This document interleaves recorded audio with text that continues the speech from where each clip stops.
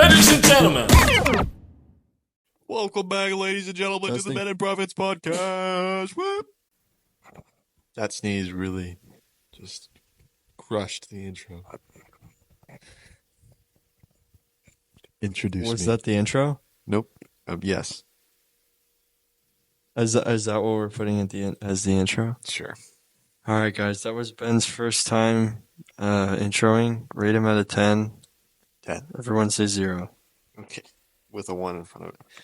Today we have myself, Blake Sharkeyy, and most importantly, my most importantly, my old coworker, most Ben.ddavid. importantly, I think he means equally importantly. Oh, that's facts, actually. Because we're co-hosts. Because all men are created equal. Oh, that too. Yeah. Everyone else is actually less than us. So yeah. What? I'm kidding. That's crazy. All right, that's going as an Instagram clip.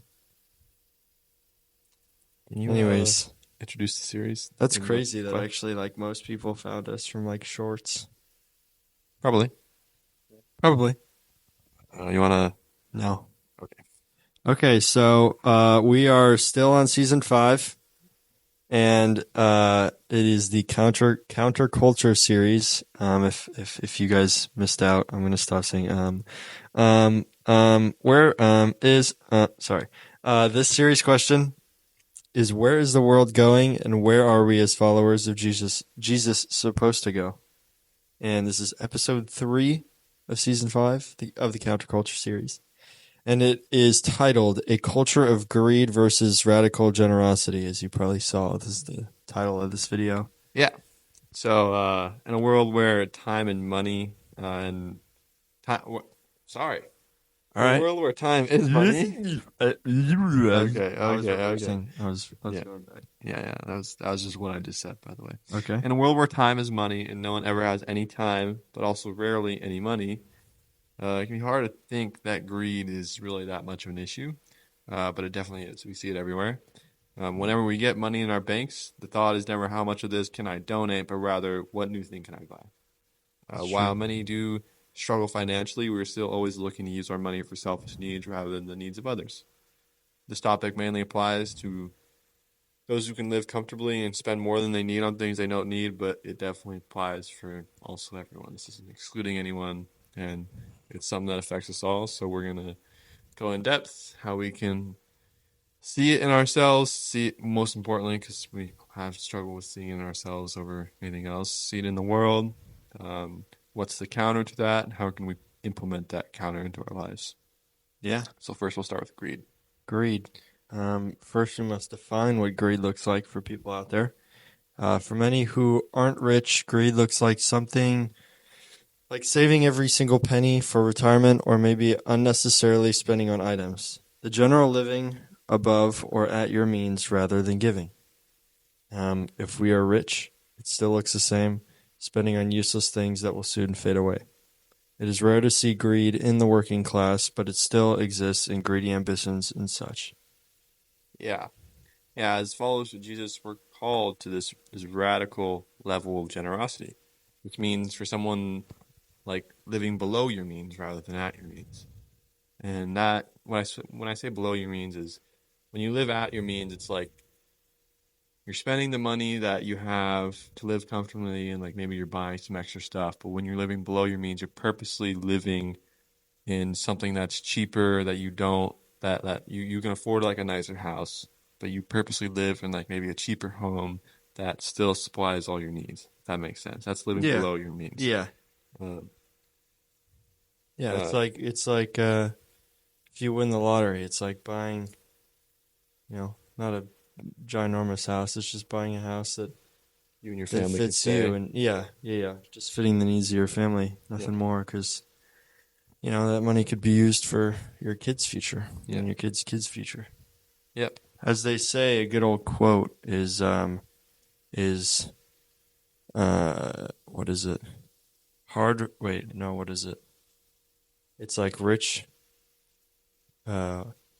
parents usually produce kids with a lazy work ethic, which brings them less money, and then people with or parents with who are more poor tend to have like a higher work ethic, so they teach their kids, and their kids, have to grind for more, which means they have to work harder. Yeah. Yes. Yeah, Yeah. there's a verse that ties into this really well. Ecclesiastes 5:10 says, "Whoever loves money never has enough. Whoever loves wealth is never satisfied with their income. This too is meaningless." I mean, that's just like very general, Yeah. and also informative at the same time. It tells us that, like we said in the past, money will never satisfy us. Going back to that Rockefeller quote, when somebody asked him how much more money do you want, at the time he was the richest man in the world, and he said just a little bit more. So yeah, the Bible says money will never satisfy you. Money has never satisfied anyone, maybe for a little bit of time, but Yeah. They say, I think they say that most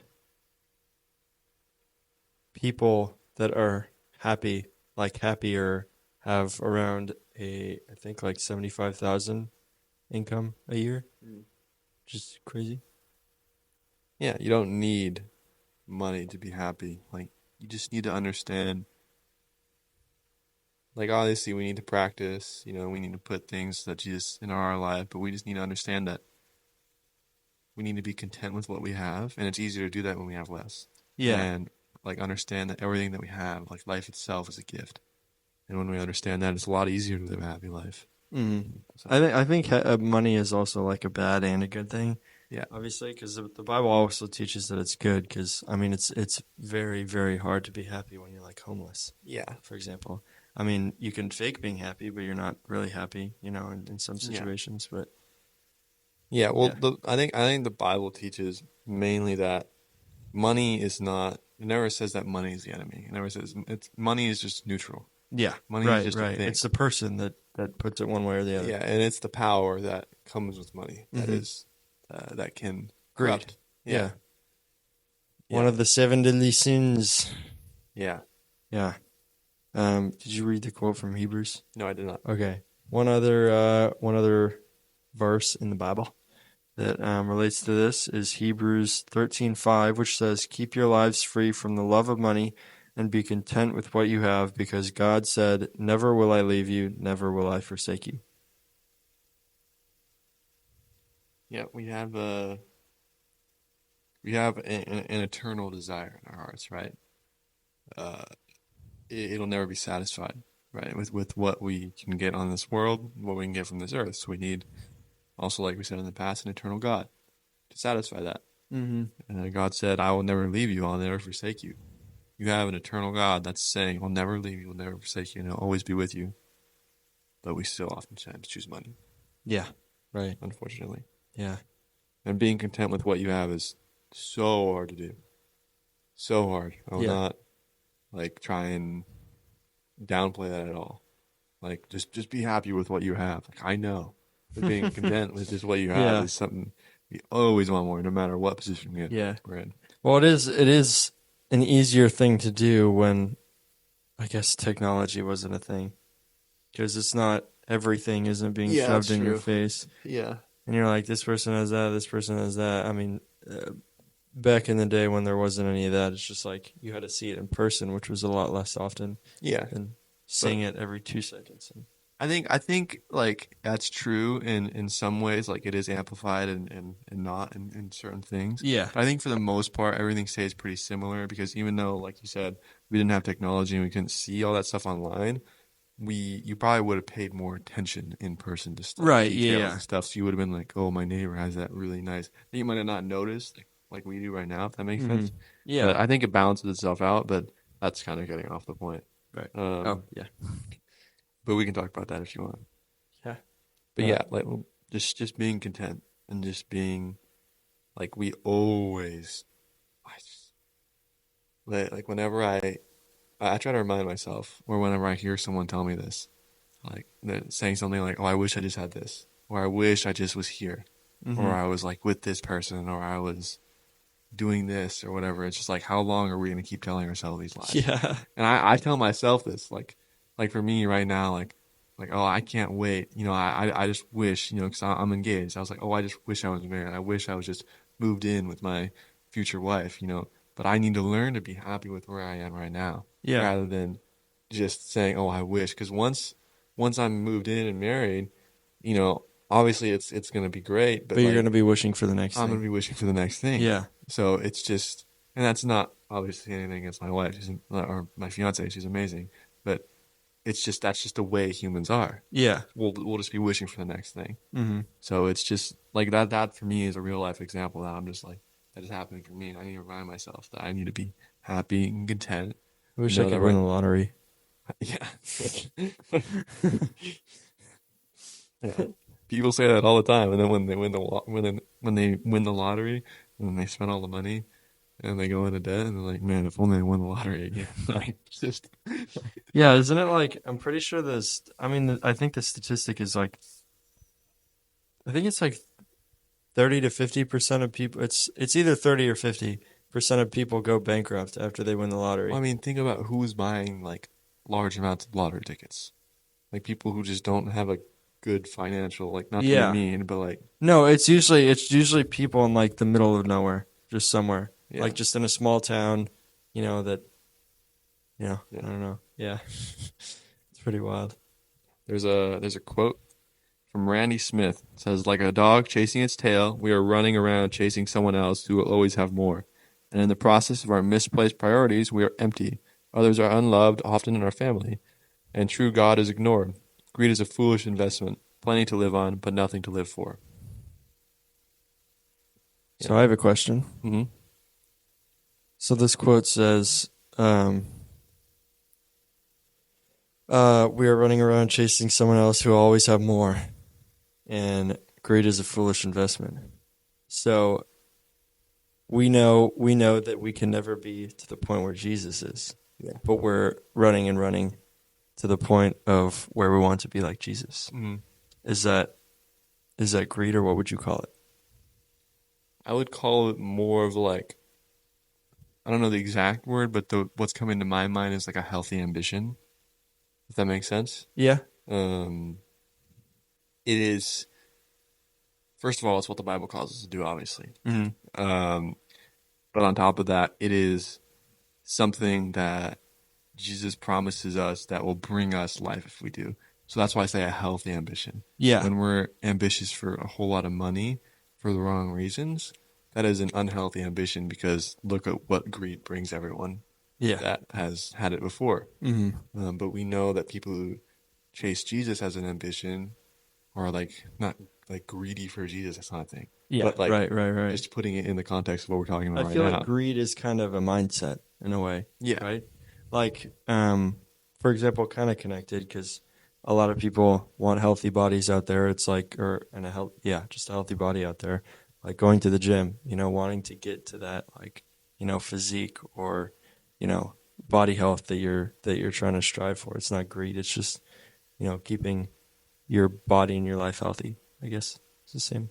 Yeah, I have seen like a common thing though with like people who get into like bodybuilding and all that. Oh yeah. Is like or just people getting into it like they make a joke about this like when you start looking at the mirror and you start like looking at your physique and like what you want to be, they say you get like this permanent like body Body dysmorphia. dysmorphia Yeah. because like they always want to be better. They always Hmm. want to be bigger. Yeah. And it doesn't matter like who you're talking about.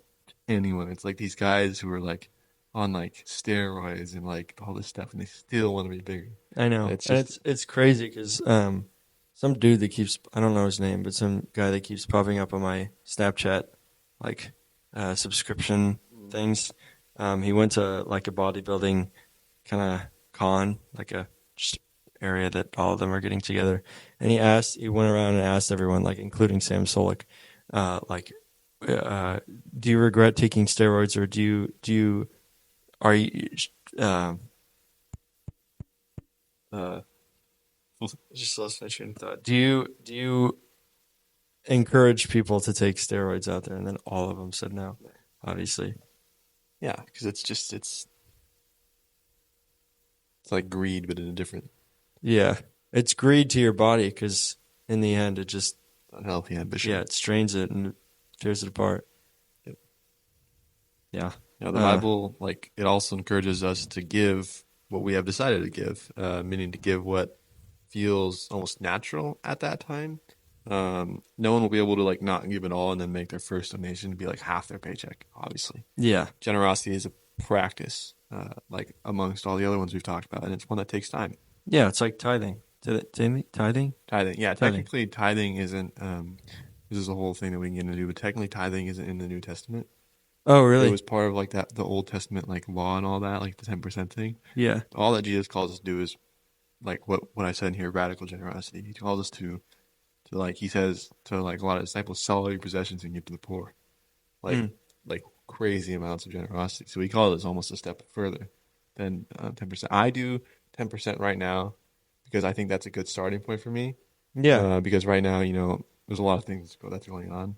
I can make that excuse every time, but I'm trying to give like as much as I can right now. But like I'm young, I'm about to get married in a couple Yeah. of minutes, so it's like there's a lot of expenses, and I'm trying to, so I'm hoping that if I give with what I have right now, in the future it'll be easier to give when I have a little bit more. 'Cause Yeah. there's always that thing about like if you can't give with what you have now, then it's going to be even harder to give what you might think it'll be easier to give what you have if you have more in the future, but it's actually harder. Yeah. So if you give now, it'll be easier to give them. Right. Right. That's a Yeah. whole. I feel like I was always taught to like tithing, like the example for the 10%. It's not all like a lot of people think just like give their 10% to the church and that's it. Like that's their generosity for Mm, the month or their paycheck, But I was just told that that 10% just like goes to people and goes yep. to like fellowship and like inviting people over to dinner and just you know Oh yeah, yeah that's yeah a yeah that's a way to look at it. Yeah, yeah yeah. I mean, because there's no like command in the New Testament that we see that says you have to give 10%. It's not there. mm, Um, it was just something that happened. That was like one of the things in the Old Testament. yeah But like I said, it is a good place to start. It is good to tithe and donate, to give offerings to the church because that's what they run off of. yeah Obviously, that's where they get their paychecks from.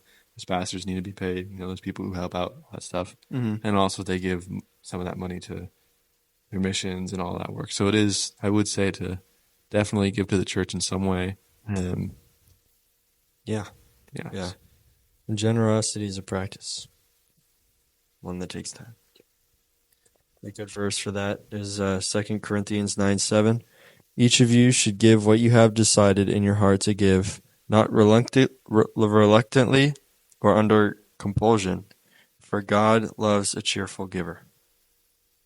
Yeah, we shouldn't take this and then go out and feel guilt tripped into donating a whole lot of money. Mm-hmm. God will, if we allow Him to work in us and through us over time, and we give time to Him, then He'll give us a more, He'll work in us and He'll give us a more generous heart, and it'll become easier. Yeah. For example, the if you figure this out, and the first time you donate, like we were saying before, you donate half your paycheck. You're not gonna, you know, you're you're It's gonna not be something like, you're going to be able to keep doing. yeah, where did all my money go? And then you're not gonna be able to, fend for yourself. Yeah, For like example, you're just setting yourself up for failure because you're just gonna, well, obviously you're saying, so failure, you're but then yeah you're gonna be like, oh, I gave all this money, and then next month you're like, oh God, I thought if I gave my money, you're gonna give it back to me. Where is this mystery paycheck that I'm supposed to get from you? yeah. But that's not how it works. And Mm-hmm. then, so yeah, it's also important that we should point out is that although we did say that it's much rare for like more poor people or like working class to be um, greedy, but they rich and poor can be greedy alike, just in Right. different Yeah. ways. Um, R.C. Sproul said, rich people are greedy for the same reason poor people are greedy, because they are people. Gratitude, not poverty, cures greed. Mm-hmm. So, Yeah. It's like taking. I don't know why. I just think of like it's like homeless people, um, who are homeless because of drugs, and then they ask for money on the streets, and then someone gives their generosity, gives them money, and then they go spend it on drugs. yeah, That's like greed, pretty much, because you're spending it on your own. yeah, Um, own wants. Yeah, Not so like not needs. yeah, something Wants. like from earlier, like what I was talking about, how um oh man, what was I saying? Um I was saying how like when you donate with the little that you have, it'll be easier to donate with more you have. Greed works the same way. If you're greedy with the little amount that you have, like if you only have like $20 more or like a couple hundred more dollars left over from your paycheck or whatever, and you go spend it on something that's not needed and that's just like whatever, you're gonna be it that will like transfer over if you had a lot more money. And instead of $200, you had $2,000. It's the Mm. same thing. We think that we would be different with it, but most likely you're not. Yeah. It's just gonna Right. unless in that like transfer you like change as a person. Mm. Most likely, you're gonna be the same. Right. Yeah. So Yeah. It's yeah, there's a common theme with greed, and it's not found in money or wealth, but what they do to us.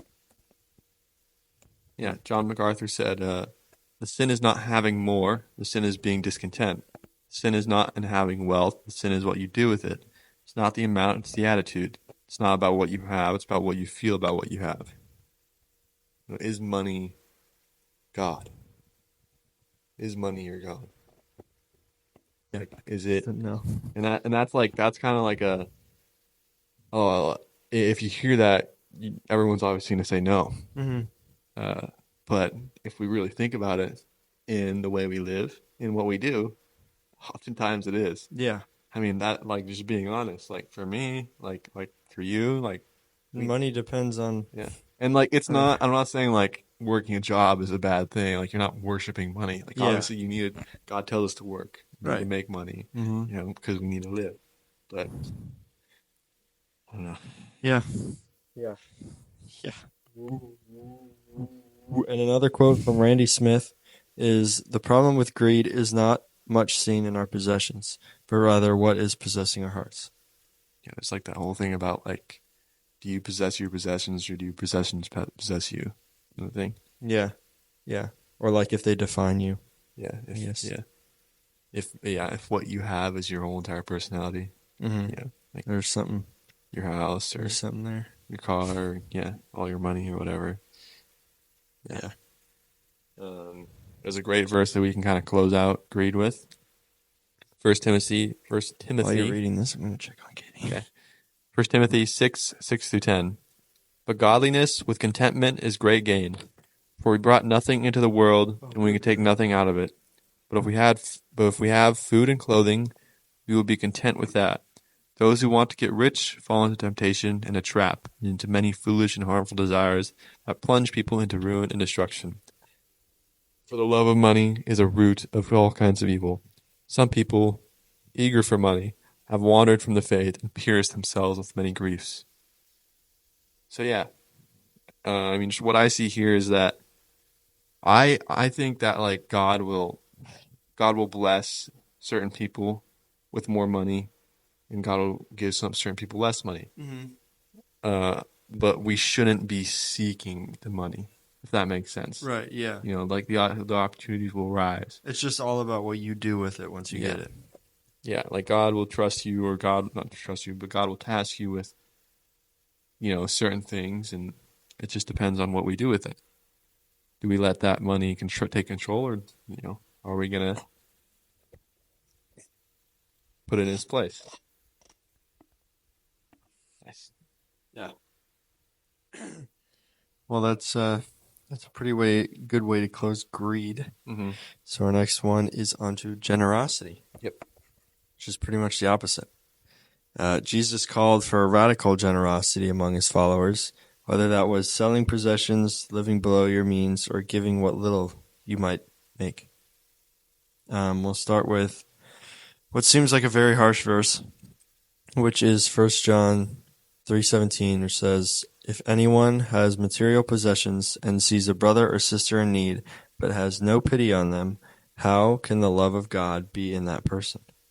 Yeah, and that's like, well, why I said or like why we said that we think that's like a very harsh verse. That might you might see that is because at the end it says, "How can the love of God be in that person?" Mm-hmm. So it's like if you have no pity on them, and you have more than enough to help them, that it's almost like accusing you of like, are you truly like Yeah. so? It's like that And top 1%. yeah, and we're called to more than just pity. Right. Hebrews 13:16 says, "And do not forget to do good and to share with others, for with such sacrifices God is pleased." To do good and to share with others. Mm-hmm. Yeah. Sharing is caring. Sharing is caring. Yeah, I mean, if like literally like if say we took like 50% of the wealth of like all the top 1%, like most rich people in the world, and you gave that and split it among like all the other like 99%, everyone is going to be like good. Everyone. I mean, I don't know how to do the calculations, but I'm like, yeah, it's a lot of money. But everyone would be good. But like just the thought of that is crazy.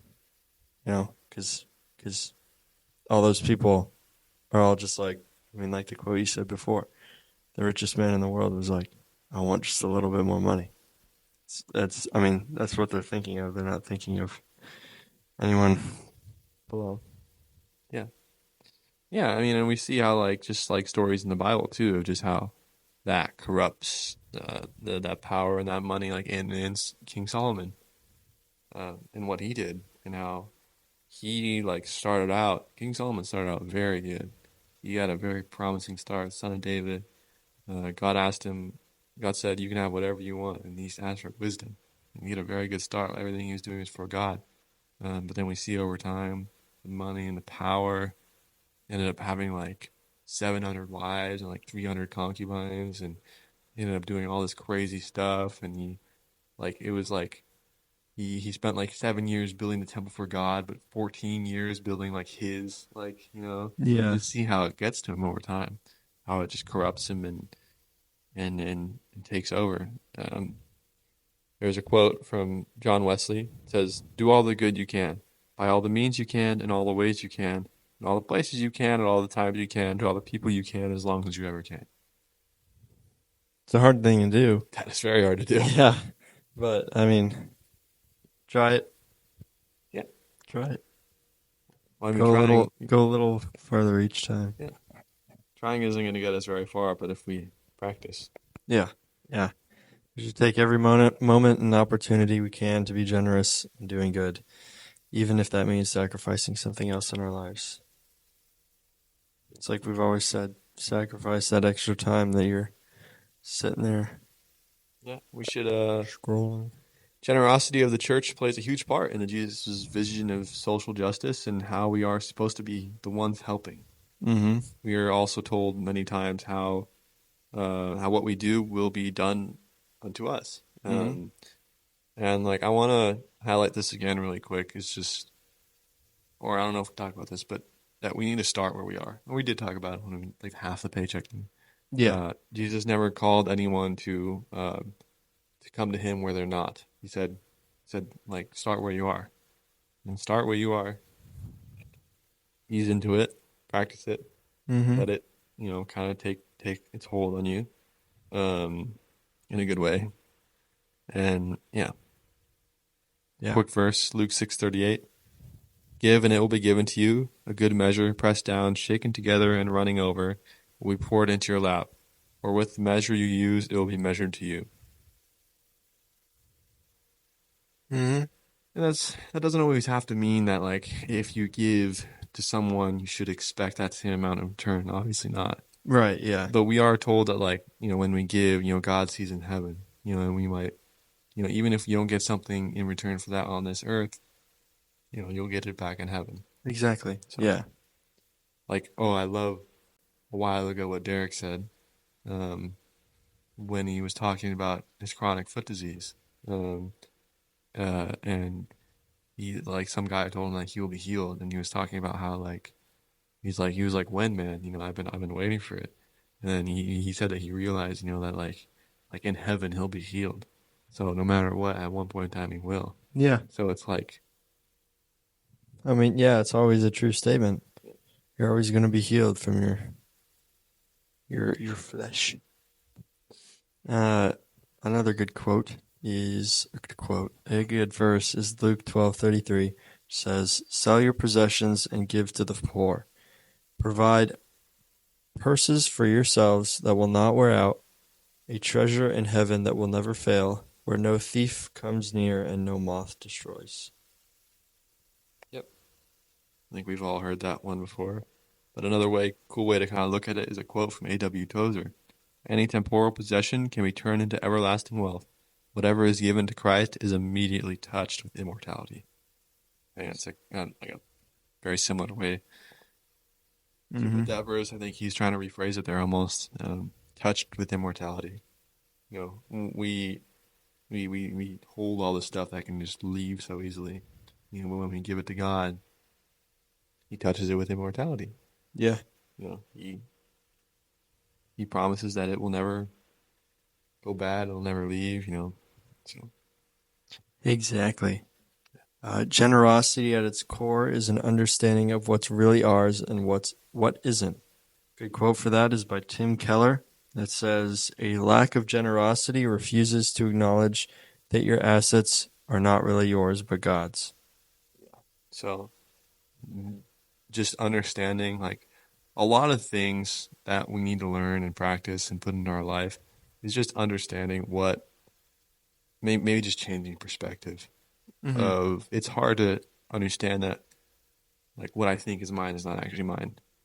Exactly. Like Yeah. this computer is not actually mine. Well, it's my mom's, but but my phone isn't actually mine. It's just like I said in the beginning, looking at life as a gift, looking at the things you have as gifts. Mm-hmm. All of it is from God. All of it was created by God. You put it all into your life. If we understand what is truly ours and what is truly God's, then it's a lot easier for us to give. Mm-hmm. Do you have anything to add on that? Because if not, I'm gonna close the generosity. Yeah, I was gonna say. No, yeah, I forgot what I was gonna say. All right. Well, then finally, I think a really good quote to close this out is Billy Graham. He says, "God has given us two hands, one to receive with, and the other to give with." It's just kind of what we were talking about. Mm-hmm. Um, we're giving what God gave us. We're taking it. Okay. All right. Yeah, you can leave now. All right. See you later, guys. I'm just kidding. Um. Yeah. I mean that puts it pretty simple. Yeah. Yeah. So we're gonna close this out a little bit. And like the battle between generosity and greed in our culture and how we kind of fight it. So obviously our culture is not for generosity. The rich continue to get richer and the poor continue to get poorer. We see that every day. There's a battle and we're meant to fight it. And how do we do this? How do we fight greed? We live below our means, which means like you don't need that new house that has all the new stuff. If you're fine where you are, you don't need new car, you don't need the new phone, you don't need, the new. We need to live not only just where we are, but below, if Mm-hmm. that makes sense, if we can. Um, and like I said, a lot of grace, start where you are. Um, but like it can mean different things for different people. Um, I don't know. It's just there's a whole bunch of ways that we can be generous. But I think the most important thing is that we just need to start where we are and keep our eye on that goal of being like Jesus, becoming like him, doing as he did. Um, and one of those means is by living lower means. Yeah. Yeah. Find that line, live with what you need, and generosity will follow it with ease. Yeah. It's pretty simple. That's all we have for. That's all the notes have for. That was too political. Just kidding. No, I was gonna say the part with the rich are getting richer and the poor are getting poorer. Yeah. It's definitely more visible like nowadays. Oh I mean, yeah. I feel like, I mean, there's always that thing that people are saying that they're trying to remove the middle class, make it just one side or the other, not people that can handle themselves, but people that can't, and then people that like just have everything. Yep. Yeah. Well, they don't have everything. Yeah. Yeah. Yeah. Exactly. And that was it. That was our episode, season 5, episode 3. Make sure to like this video. Watch our previous podcast if you have not watched our previous podcasts. Say happy late birthday to Ben, Oh, thank you. because it was Ben's birthday this last 21. weekend. Ben's 21. We took him to the Space Needle. It was Handcuffed fire. him, threw him off the top. It was awesome. Somehow survived. Yep. I am Um, alive, guys. but yeah, hey guys, we're going And, to post a video next week. And then we're going to post another video after that one. Feel free